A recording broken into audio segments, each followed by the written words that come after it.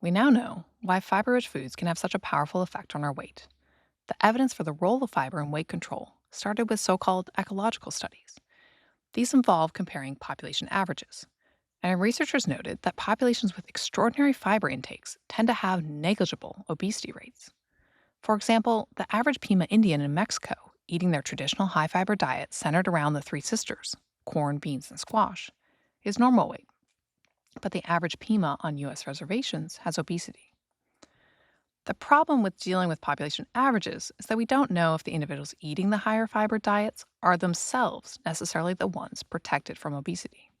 What do we see in cohort studies where individuals and their diets are followed over time? A cohort study of overweight youth found that the amount of fiber found in a single half cup daily serving of beans, about 6 grams, over about a 2-year period was associated with a profound 25% difference in abdominal obesity. In about the same time frame, in middle-aged women, each 2-gram increase in daily fiber was associated with a weight decrease of about a pound. The postpartum period seems to be a critical time for women to be at risk of retaining the weight put on during pregnancy.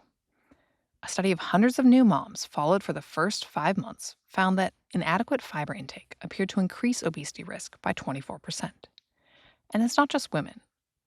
A cohort that included tens of thousands of men followed for years concluded that an increase in fiber consumption of just 10 grams a day may prevent about 10% of weight gain within the population.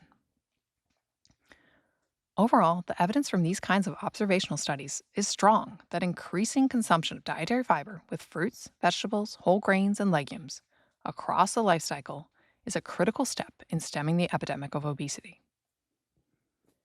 These studies can control for non-dietary influences such as physical activity by equipping people with gadgets to measure their movement. But there may be uncontrolled confounding dietary factors. Think about the list of high-fiber foods: fruits, vegetables, whole grains, and beans. Maybe fiber intake is just a marker for the intake of healthy foods. And there are dozens of reasons why eating whole plant foods could lead to weight loss that have nothing to do with fiber. To know if there's a cause and effect relationship between fiber and weight loss, you need to put it to the test in interventional trials. That's where colonic infusions can come in handy.